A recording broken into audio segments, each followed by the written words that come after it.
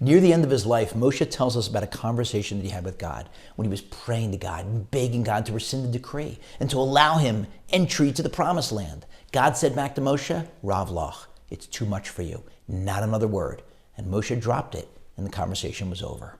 The sages in the Talmud tell us that God used that phrase, it's too much for you, as a subtle critique of Moshe, because Moshe had used that same phraseology earlier when, in this week's Parsha, when Korach and his hangers-on rebelled against the authority of Moshe and Aaron. Moshe said to them, Rav lachem, it's too much for you. And so God was hinting to him, you could have used softer language.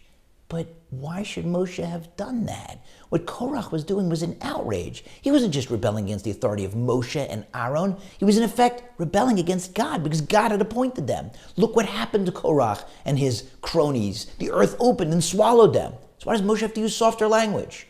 Maybe because he should have been more sensitive. Think about what it is that Korach wanted. He wanted to be the high priest, the Kohen Gadol. That desire is coming from the right place. He wanted to do more mitzvahs. Now, he made a mistake. If you're not a Kohen, you can't do the things that a Kohen does. And if you're not the Kohen Gadol, the high priest, you can't do the things that a high priest does.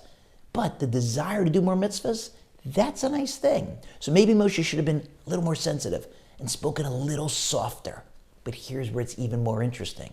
When you look at the words that Korach used when he rebelled, he says to Moshe and Aaron, Rav lachem, the same words, it's too much for you. So Moshe was just sending his words back at him. What could be a better way to rebuff or to stop that rebellion? It's too much for you. No, Korach, actually, it's too much for you.